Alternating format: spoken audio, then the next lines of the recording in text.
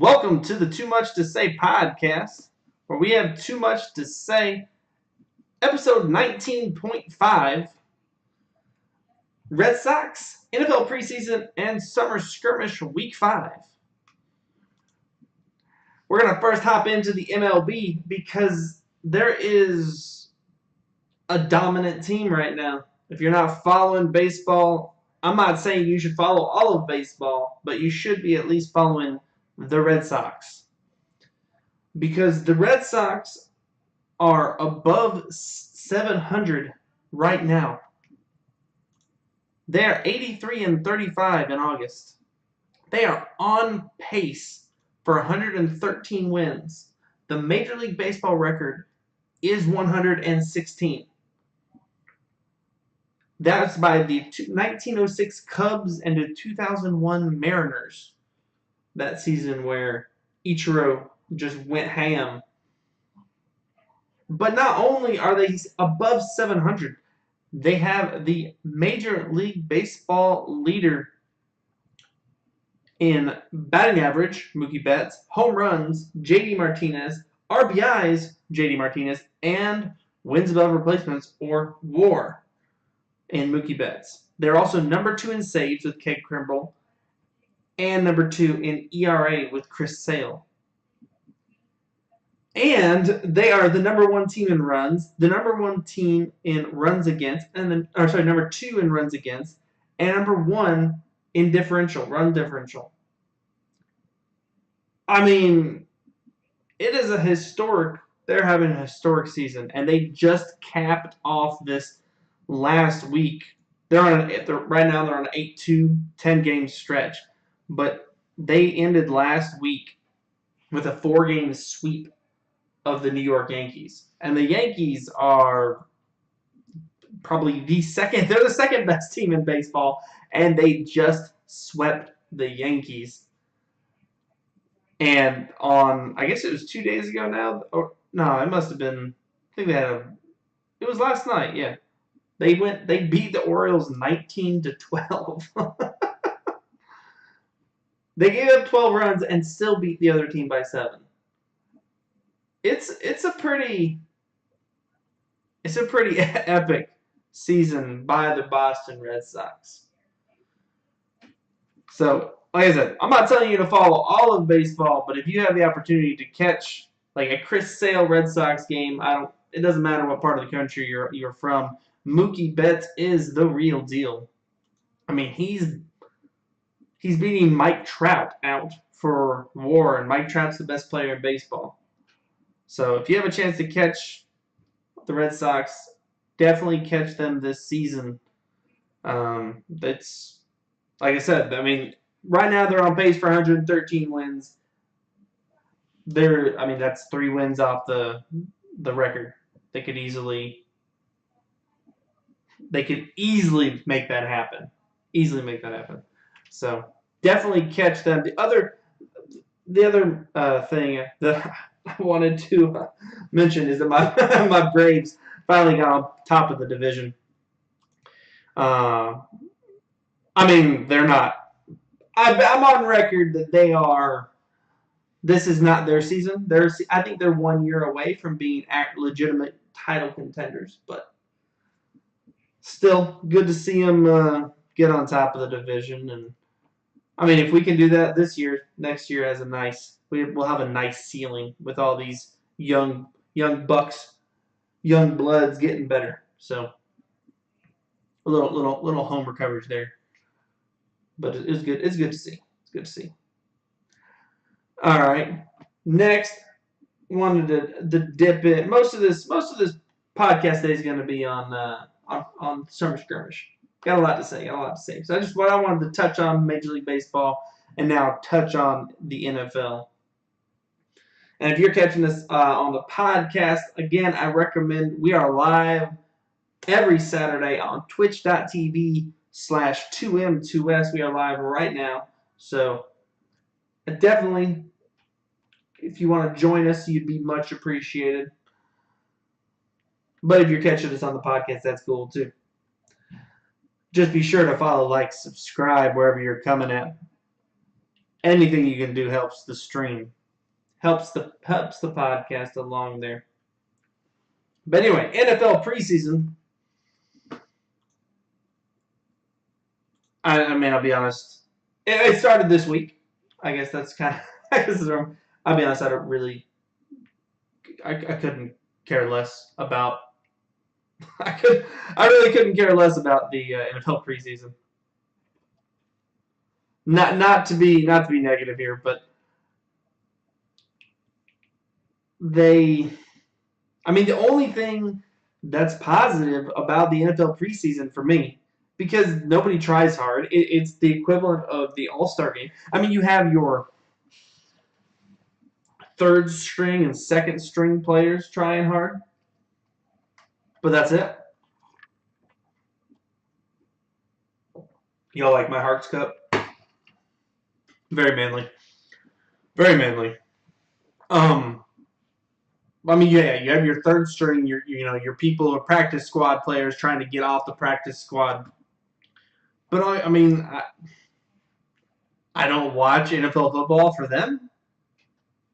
I watch it for the stars. I watch it for the starters. So the only positive thing I get from the preseason is seeing people healthy again. It's good to see Andrew Luck, back on the field. J.J. Watt back on the field. David Johnson. So I guess Andrew Luck of the Indianapolis Colts. J.J. Watt of the Houston Texans. David Johnson, star running back for the Arizona Cardinals. I mean, it's just good to see these guys get back on the field, get their legs underneath them. I mean, they're not going to be going 100%, but I mean, Andrew Luck before a week ago hadn't even been throwing a football. So it's excellent to see him back out there, throwing and getting some reps in. I mean, there are quite a few players who were down. I mean, Aaron Rodgers is back. He had a broken collarbone last year. Deshaun Watson was missed basically the whole season after destroying everybody. I mean, it's good to see him back. I mean, everything about. I mean, Eric Green. Eric Berry. Sorry about that. Eric Berry. Dalvin Cook. Ryan Tannehill. I mean, there's a lot of players.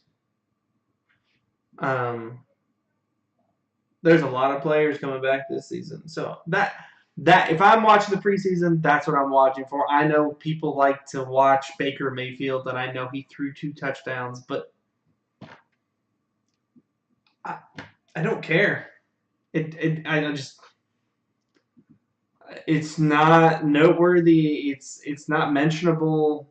I mean, I guess I mentioned it, but I feel like that's just because other people care. Yeah, I'm just glad to see people get back out on the field and get some reps and be healthy again. The season's coming up. I mean, heck, the Atlanta Falcons just got blown out 17-0 by the New York Jets. The New York Jets are not going to be above a 6-10 team. That's their ceiling is 6-10. They'll most likely be like 4-12. So they could go 4-0 in the preseason. The moment they step on the field in that first game, let's see who they're playing. I don't even know who they're playing. Hold on.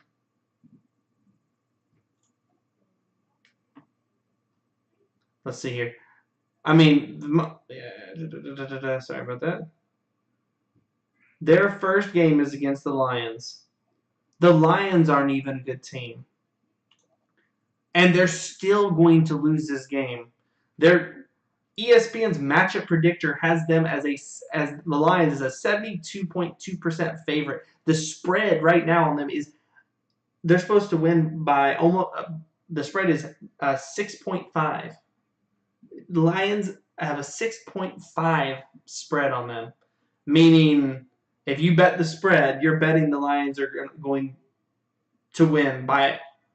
If you bet the Lions, you're betting they're going to win by 7 points. And that's probably accurate. They'll probably win like 10. So, yeah, again, I really, like, I do not care.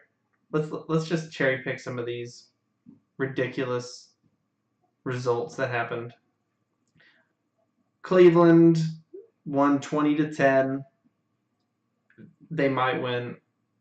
Cleveland's going to be interesting. I think Hugh Jackson's a horrible coach, and I don't think Baker Mayfield's the real deal. But they can't go 0-16 again, right? They just can't. They just can't. Not 3 seasons in a row. That can't be possible. They are the Cleveland Browns. I shouldn't put anything past them. So, we'll see. It looks like most of the results are. Oh, well, Baltimore Ravens beat the Los Angeles Rams 33-7. That's not ever going to happen. Did the Los Angeles Rams give up 33 points in a single game last year?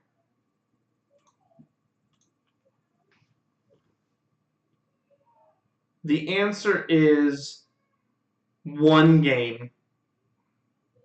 Oh, no, 2 games. 1 game, they did it against San Francisco. They beat them 41-39. And then they did it against Philadelphia Eagles 43-35. So apparently they get into shootouts. And then they get their score run up on them. But they can either win or lose those. Like I said, they're not going to get blown out 33-7 by the Baltimore Ravens. So, yeah. I guess I've gone into talked about this a lot more than I was intending on talking about this. But, yeah, and the Baltimore Ravens put up 33 points, more than 33 points twice, or 33 points and above 2 times the entire last season. So, anyway, point being, NFL preseason doesn't matter. If your team gets blown out, don't worry about it. If your team blows another team out, it probably doesn't matter. So, anyway, let's move on. Let's move on to Fortnite.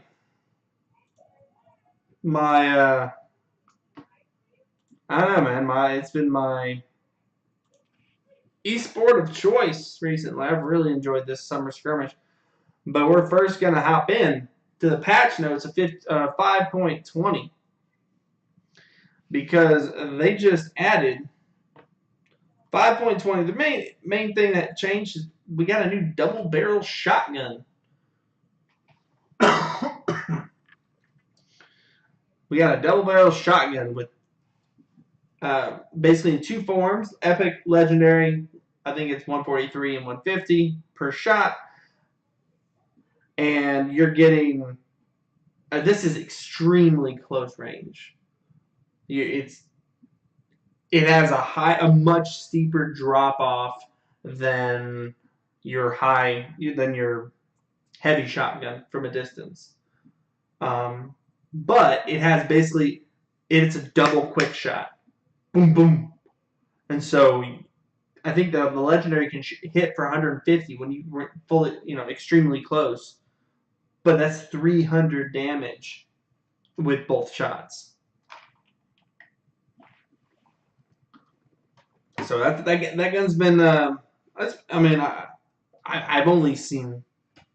Every streamer I've watched has swapped out any other gun for that gun if they get a hold of it. Any other shotgun for that shotgun if they get a hold of it. It's a nice little addition. I think it makes up for them disabling the double pump, where you could carry 2 pump shotguns. You use one and then quick swap to the next one and shoot the next one as soon as you swap. TSM Daquan's probably the most famous for this, but being able to just eliminate people in half of a second, no matter from 200 health to 0. So this is similar. It comes with the negative of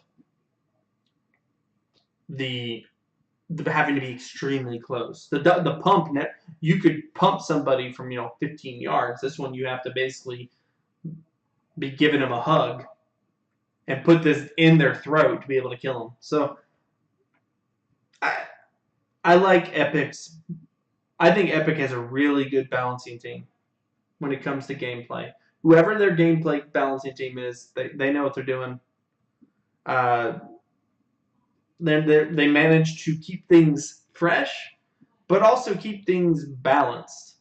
Like the other thing that came in, it was actually a little quick patch after this 520, but they did some small machine gun nerfs, SMG nerfs, brought damage down on the P90 and the capacity down on the P90 from 50 to 40.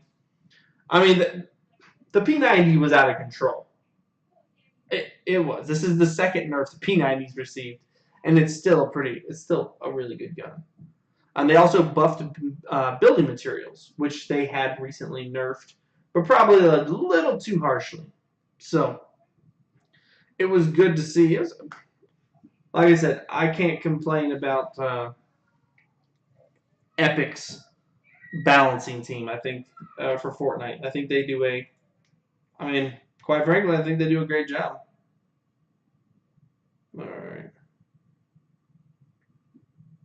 There we are. All right. So let's go ahead. Those are the patch notes for Fortnite, but let's go ahead and hop into week 5 of the Summer Skirmish. This week, they're coming at us with the Kingpin format. Just FYI, these Summer Skirmishes, they are every Friday and Saturday. Well, the last 4 weeks, they've been Friday and Saturday. And this week, it consisted of 8 games. Team with the most points at the end of 8 matches wins. Eliminations, each kill's worth 1 point. Earning a victory royale or winning a particular match would then give you a 3-time bonus on your kills for the next match. Or if you have 7 kills in one match, the next match is a double kill match. I love that we're going to more kills. This is the next evolution in kills. We're going to talk about my issues with the format later, but that is the format that we had this week. We had each kill's worth 1 point, and then if you win the next game, you get 3 times the points, or if you have 7+ kills, 2 times the points. And we actually had one situation where somebody won and had 7+ kills. They only went with the 3 times the points. It did not multiply or add. It was just they took the top multiplier. So Friday night is our North American, and we're going to just go ahead and give it a shout out. Let's bring up the results here. Boom. Give a shout out to Not Vivid and Liquid Poach for bringing down the dub.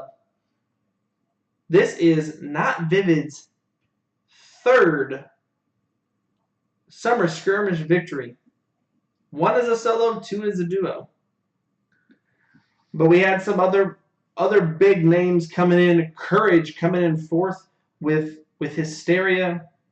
FaZe, Tifu, and Cloak coming in 5th and holding it down. I mean, it was very nice performance from them. I mean, if you're finishing in the top, if you're finishing in the money period, but if you finish in that top 10, really, that's a really great performance. I need to bring this up here. There we go. So it was really great performance by them. But what was crazy is Team Ghost, which Bizzle and I think Saf had been playing Google. I guess they've all Maybe they just joined the team or made a team or something like that. I'd never heard of Ghost. But coming in second and third, we had Ghost, Demo, and Bizzle coming in second. And in third, we had Ghost, Saf, and Ghoul. I mean, talk about the power play from the team from Team Ghost. We other notable finishes, we had High Distortion coming in 8th, Liquid 72 Hours and Chap coming in 9th, and then Phase Tempo coming in 12th, and then Ninja and Reverse 2K coming in 18th. Very nice performances to everybody. Let's go ahead and take a look at the rankings now from after this, from this tournament. The Too Much to Say rankings for the Summer Skirmish. The way these rankings work, if you haven't listened to another Cat pod, we get what players get 100 points for taking first, 95 for second, all the way down until 5 for taking 20th. Not too much change at the very top. Not Vivid holding tight to the #1 ranking with his third victory. He now has 365 points. Liquid Chap as our #2 player at 310. No change there. But Poach moved up to third from fourth. Tifu moved up to fourth from 6th. And then we had Energy Zate and Liquid 72 Hours dropping 2 and 1 slot respectively. And debuting in the top 10 were Ghost Saf, Ghost Bizzle, and Ghost Demo. Saf and Bizzle are both in 8th, and Demo is in 10th. With Bizzle moving up 11 slots to make number 8, and Demo moving up a whole 14 slots. So I mean, and Cloak sitting in at 7th. I mean, I think the most significant thing to come out of this is Not Vivid essentially laying claim to being the #1 player in the world at Fortnite, and it not really being arguable. 3 wins at Summer Skirmish with the best talent, Fortnite talent in NA, is insane. I mean, I know there's got to be some luck involved, but I mean, he's #1 for a reason. And in my opinion, I mean, you've got, like I mean, what's amazing to me is I do feel like these rankings are pretty accurate. Though I might move Tifu up a little bit. Maybe he takes second. Just because of his Friday night Fortnite run. And I mean, him and Cloak are, 2A, 2B. The only reason they're separate here in the rankings is because Epic didn't let them play in the first duos together. And Tifu got points, Cloak didn't. It's all about who you're playing with. But I mean, that being said, Tifu brought Kitty Plays. It was him and Kitty Plays playing in duos, and Kitty's place is in top 10. But Cloak here's Cloak at #7. So I mean, 2 fantastic players. There's a lot of really. I mean, Chap and Poach from Liquid. I mean, you gotta see Liquid has 3 players in the top 3. Chap, Poach, and 72 Hours. FaZe has 2, Tifu and Cloaksy, and then Ghost has 3. And yet, for some reason, Not Vivid, the #1 player, is not on a team. We'll see. We'll see. I'd be interested to see if. I mean, like I said, he's the best player in the, and I'm pretty sure he's expressed on Twitter at least that he is interested in joining, at least open to offers. So we'll see what happens. Falling out of the top 10 was I Am Merksman He was ranked 7th last week. Reverse 2K ranked 9th. And TSM Daquan, who's ranked 10th. And for some reason, Daquan didn't get an invite or wasn't playing in this week's Summer Skirmish. I was very, very curious. Very curious. I don't know if I saw Ian Merksman. I'd have to look through all the rankings. I didn't see him. I mean, for him to not place in the top 20. Interesting. All right. So let's move on to day 2 of week 5 of the Summer Skirmish. We have our first 2-time Summer Skirmish champion in Atlantis Mitro.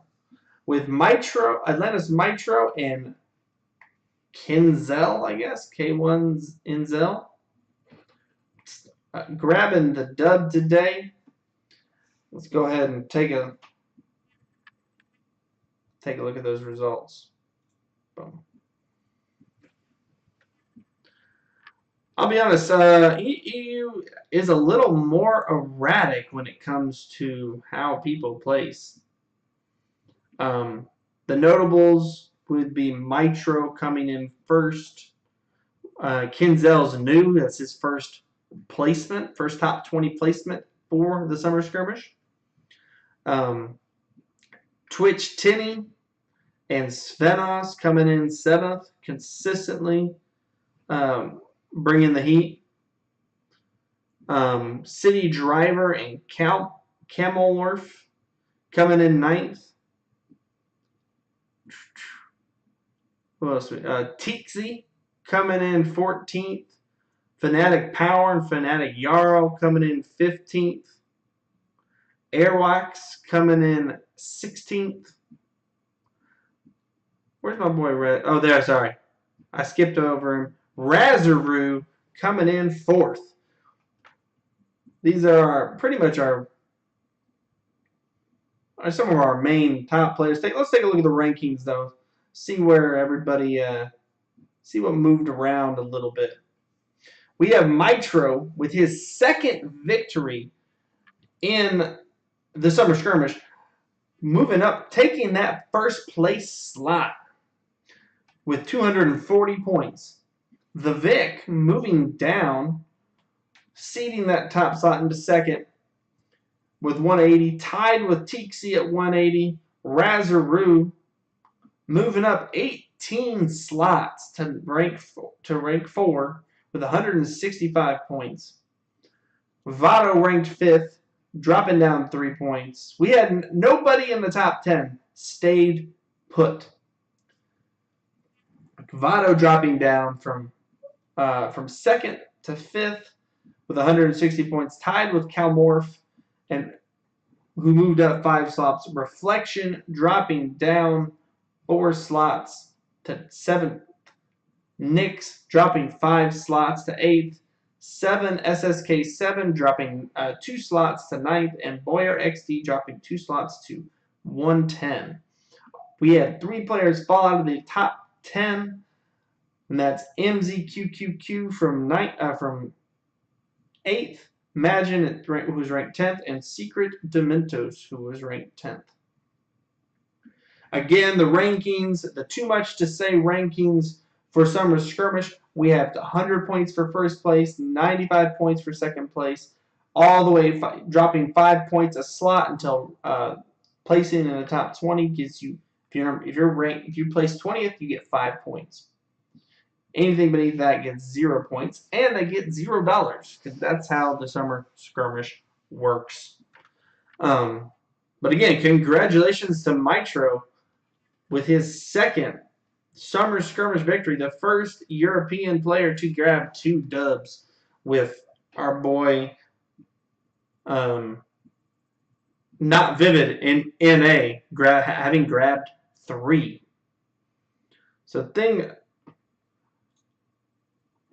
definitely a great tournament. Now I just want to talk a little bit about, I guess first off, let's go through some positives. Let's go through some things, because Epic is making changes every single week, not only to the game, which you know, but also just to the production of their tournament. This this week we had new camera angles. They're able to now. I'm not really even sure how this works, but they're able to now detach and get a third party view of a fight. So normally 90% of their coverage or more, even though they added this, 90% of their coverage or more is a first person view. So they're just following a live stream of a player. But they now have the ability to somehow detach from that player and to view a fight from distance. And I mean, it is fantastic. Really, it is truly fantastic. I felt my only complaint is I don't feel like they used it enough. I do like the being able to see the first person standpoint and the first person angle, but that third person it just brings a whole different view. I mean, it's essentially what Overwatch has done. Because the question was, how is Overwatch going to be casted? How are they going to be able to? How is Overwatch League going to function? And the main thing one of the things they added was this third person, so you could take in the entire fight rather than having to be limited in knowledge to only one person's viewpoint. The second big thing they added this week was a tracking map. This gives me a lot of hope. This tracking map is awesome. It is definitely something. I'm glad they clearly prioritized it. I'm sure there's tons of changes coming down the road, but they can show you. They don't have names on this map, unfortunately, or like a key, like a key saying what color is what team or anything like that. But you can now, they can now show a map that shows every single player with by team, by color with their cursors. And I mean, it's fantastic. It's exactly where they need to go. They just need to keep going with that tracking map. When they zoom out of that tracking map, it should, like I said, it should show a list of all the players. The cursors should be named, or not. You either put the names on the map, or you could just have a key to the left showing every cursor by player, and then they should also have people grayed out showing who's dead, and they should show how many kills each person already has accrued in the game, and how many points according to this week's bonus or whatever the format is. That they desperately need more in-game and post-game kill tracker. They're like all these graphics they show. They just say here's the points the person scored, and you can deduce based on the format how they got their points. But there's no reason for me to have to do math in my head. Like, if I look at an NFL football, if I look at the NFL box score, I want a box score at the end of a game. I want to know how many kills each person, how many knocks everybody had, how much damage each person did. Like, we need. This is it's a computer game. I mean, all this stuff is being tracked already by the game. I want this captured. I want to be able to do a data deep dive. I put together the rankings at the end. I don't mind doing that, but that should be something else they should be tracking. So in-game, post-game, kill and stat tracker. Post-game, like I said, at the end of the game, first off, their consistency of showing us the rankings at the end of a game is it's not good enough. I mean, there were games in between games where they didn't even show us the changes, or they show us like the top 8 and then it's wrong. It's not even accurate. They haven't updated the total points. I guess they're just trying to keep the game flowing so quickly that the production team can't keep up. But slow down, then. Keep showing, clips. I want to know where we stand. Give me more context on what's happening, on what the stakes are for the next game. I mean, they just need full standings, like, for everybody. They do this whole zoom out. I mean, it looks pretty. It's nice looking. Where they zoom out, they have this blue. It's the blue backdrop, and they show the points. But there are 48 teams. I don't want to just know about 14 of them. I want to know about all of them. So, anyway. Oh, and also they just need, like I said, they need the box, but they need a better portal for data and game by game tracking. Just, it's like I said, it's a computer game. This is not even stuff you have to have people sit around and check. I mean, NFL box scores, I mean, I get it. It's a bigger deal. It's a multi-billion-dollar company. I'm pretty sure Epic's getting up there. I mean, being able to drop $100 million on your e-game, on being an esport, clearly means you got some cash. So, but I'm saying, like, NFL has people sitting around counting stats hand by hand. I'm sure they have some of it automated now, but it was done by hand and then tallied up. Whereas this is a computer is literally tracking all this stuff for you. You just have to implement it. All right, moving next, I want to talk a little bit about the casting. I did finally write down the caster who's always on there, that's Zeke. And I'm gonna be honest, I'm just not impressed. I don't know if he's what this is week 5. He's got 2 casts per week, so this is he's had 10 tournaments or 9 tournaments, I guess. First week is only one night. He's had 9 tournaments to cast. And yeah, I get it. His personality's fine, but as a caster, he's just garbage. He just doesn't have it. He has no like context on what's happening. I mean, I get some of it. Get that some of it might be due to the lack of stats that are being kept by Epic. But I mean, he should have a lot of this just from having casted the last 9 weeks. He should know who has victories. That should be more significant. I really do think, I mean, Epic, I mean, if you want to just steal my rankings, you don't, I would love credit, but you need something similar. Like, something needs to be I mean, if you just wanted to show money, you could just show by money. Like how much money each person's won. I mean, that's sort of the golf way of doing things. I mean, that would be. I mean, that'd be fine. But you need something that ties every tournament together. Zeke's not that, or maybe he could be that if you provide it. But I just feel like he doesn't. Like he'll just say things that are completely out of off the wall that don't make any sense in the context of what's happening. And yeah, go watch League of Legends. Watch their in-game and then their post-game. League of Legends has some of the best casters and the best production of any esport. Go try to mirror them. That being said, I will say Nick A30. I really like being the specials, being the actual the caster with the knowledge. I mean, he's the analyst, I guess. I really thought he did a good job. I really enjoyed most of his analysis. He clearly understands the game and knows how to break it down. Courage was really good at this too. Nick Merck's a little less good, but I thought Nick A30 did a good job. I just think you guys need a different.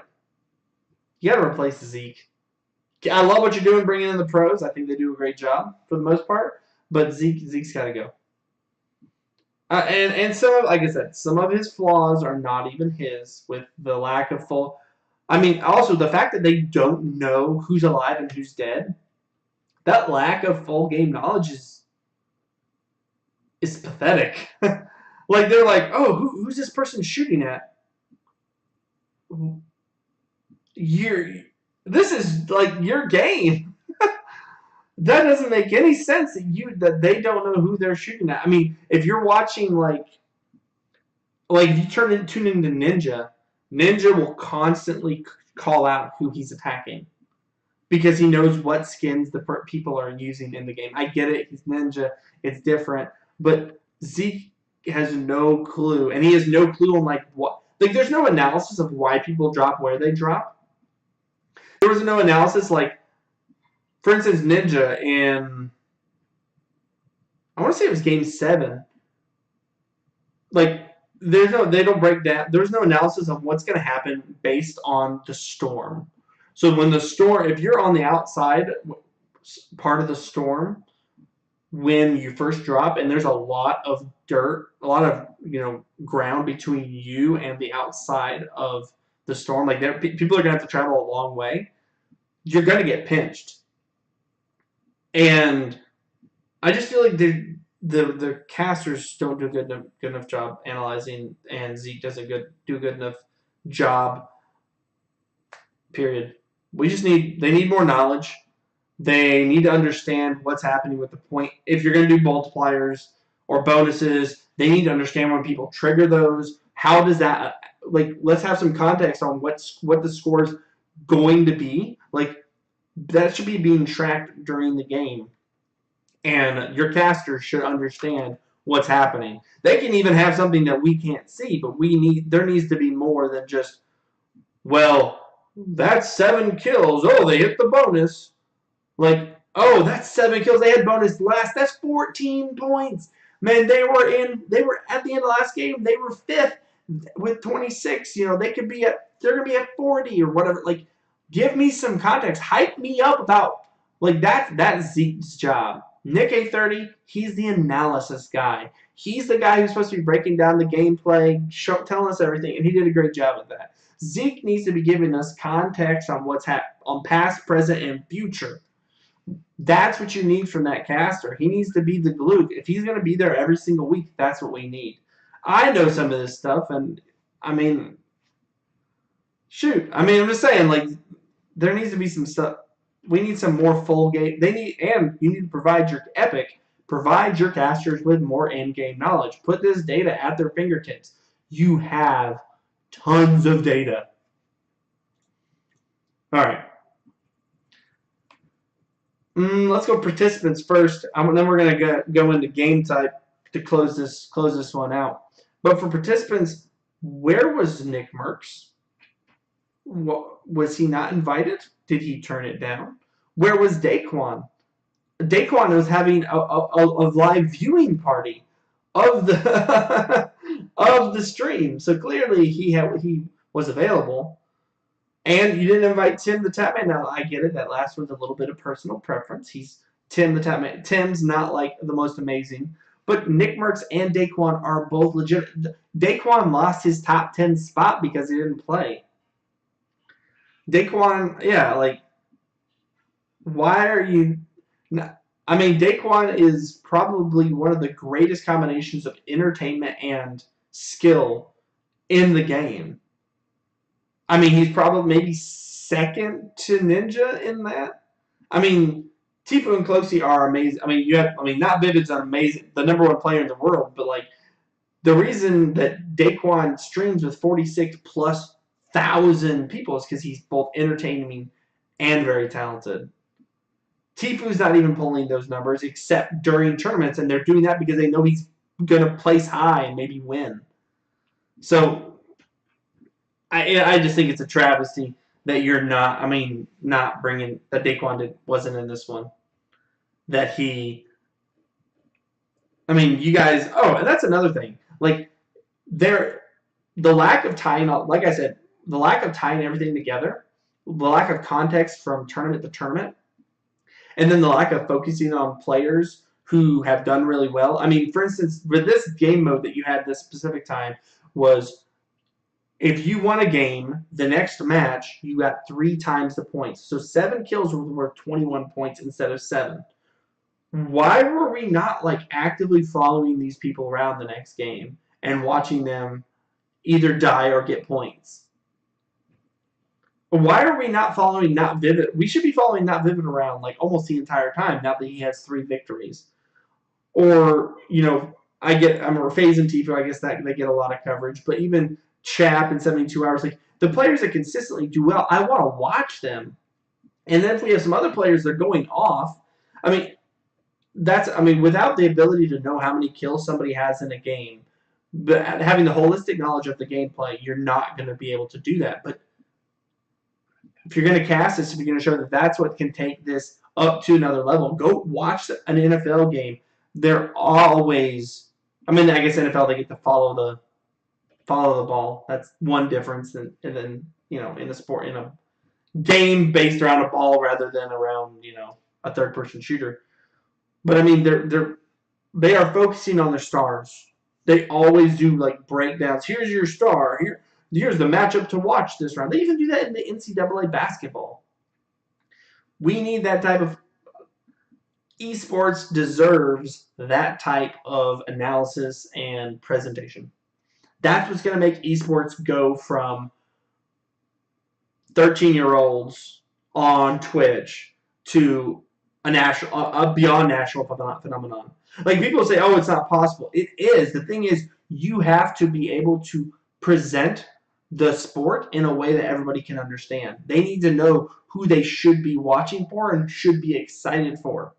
They need to understand what the placements are, how many points everybody's sitting at. That part. That's a whole. Everyone needs to know that. But like the knowledge of what happened last week, 2 weeks ago, who's the best, who are the stars, that knowledge you can pass on to new viewers who are just like, oh, cool, Not Vivid. Who the heck is that? So, all right. Now let's talk about the game type. Let's talk about Kingpin. Now, like I said before, the focus on kills with 1 kill being a point. I've been preaching this for the last 4 weeks, so I am very glad we're going more on a focus for kills. But the whole multiplier idea is just horrible. The more I thought about it, the more I've become sour on this. Let me break it down for you. Let me swap this.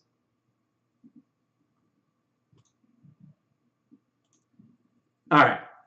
So this is what I have in front of me is the point totals for the top 14 players, top 14 duos at the end of Game 7 in North America. So day 1. We had Not Vivid at 48 points. Ghost Saf and Ghost Ghoul at 32 points. Courage JD and Hysteria at 31 points. X Cells and Symphony at 28 points. Nate Hill and Funk Bomb at 26 points. And Nihilus and High Distortion at 25 points. Liquid 72 Hours and Liquid Chap at 24 points. That's top 7. Nobody in those top 7 have any multipliers going into Game 8. The first multiplier, so nobody in the top 14 except at number 11, Kyoto Millennials and Kyoto T'Challa. They have a 2-time multiplier. They're coming with the Wrecking Ball multiplier with 2 times points. So Not Vivid and Liquid Poach are at 48 points. Their second competitor is 32 points. The first person with an actual multiplier is Millennials and T'Challa TV at 19. Vivid and Poach have already won this tournament. There's literally nothing anyone can do. I think the best game I saw the entire tournament was a 9 kill game. Maybe somebody got. Maybe someone got 10. I didn't see anything above 9. And without having a multiplier, There's literally nothing you can do. Like, Ghost, Saf and Ghoul would have had to score, had 17 kills to take first. Millennials and T'Challa, I mean, heck, at 19 points, they're down 29 points. They need 10 kills, which would have been the most I would have seen the entire. No, sorry, that's not accurate. 15 kills would have brought them to 49. They need Not Vivid and Poach to score 0, and they need to kill 15 people, which I don't think anyone did the entire tournament. I don't know for sure because I can't see it because they don't have that kind of data because I don't know why. Epic hasn't caught up on that. But 15 kills to take first, assuming Not Vivid and Poach scores 0. Like, there is no drama going into Game 8. The 2 multipliers, those bonuses, don't apply to anything until the next game. So if you win Game 8, it doesn't matter. The only thing that matters is your kills. If you get 7 kills, you're not going to get your multiplier. I like the idea of the multiplier. I thought it was creative. I don't think it was well thought through. I think it was clearly far too streaky. Poach and Vivid, they did it. Not Vivid did it because of they had a big game. I think they had a 7 kill game after a multiplier. They got like 21 points in a single game. Which, if they had done that, they would have placed 7th. If that's the only points they scored the entire time, they would have gotten 7th. Like, that's a huge, like, it makes game to game not that important. And let's go ahead, let's take a look, let's see what happened.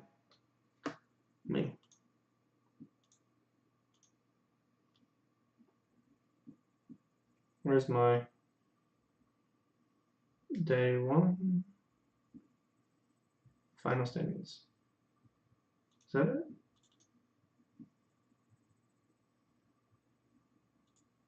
No, not that one, sorry.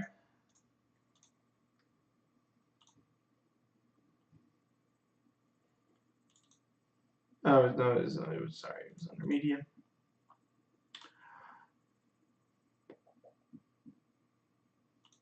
There we go, points after.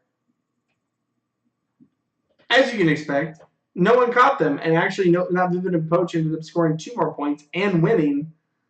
So they closed out with 50 points. Demo and Bizzle did actually swoop up from beneath 14th to take 2nd. But there was no threat of them taking 1st.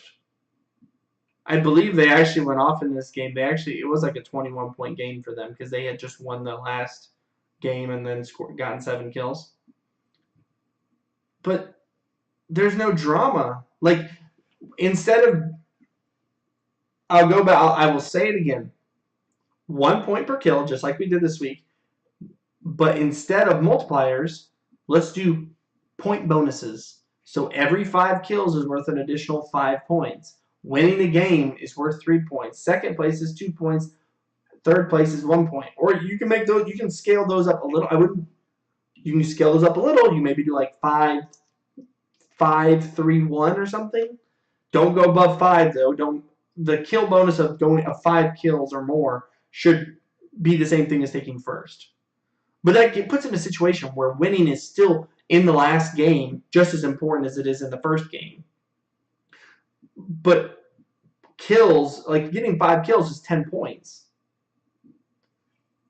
It's not, or you can make it like a 3-point bonus or something, but do bonuses based on kills and based on placement. That way, like at the end of that, like Ghost, Saf, and Ghoul, I guess they ended up scoring 0 down here.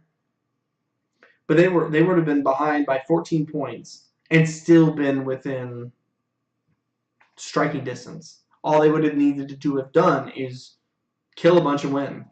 But even if they had killed a bunch and won, there's no way. Like, 5 kills and a win would have been worth 15 points.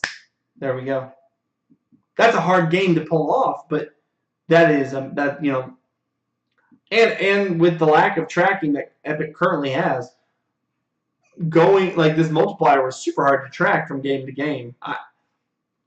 I knew who had won, but I didn't really know who had 2-time multipliers. So then when they ended up getting points, bonus points, and then when they show the standings, they don't show how many kills the person had last or how many points they had last game.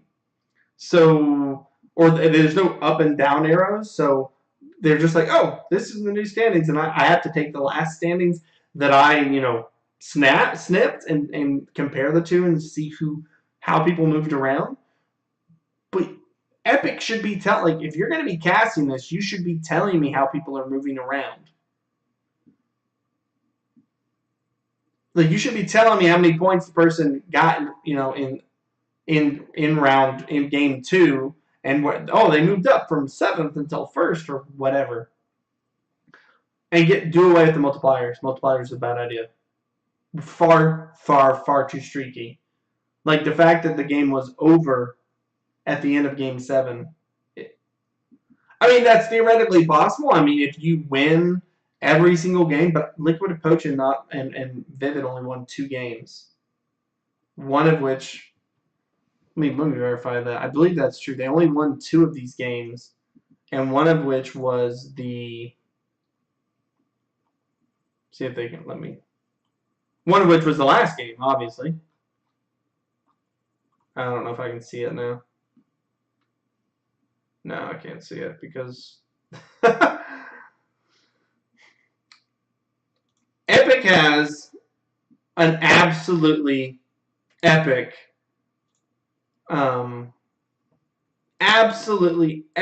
game development people. Just awesome. They have great ideas, but we have got to work on. We've got to work on their communication with the community and their presentation of this data, of the standings, of these, of everything that happens. I need to know where we're moving around. Epic, if you're hiring, just give me a call. I'm more than willing to help. Just we can make great things happen. We can take. I'm just saying. I'm willing to help you out.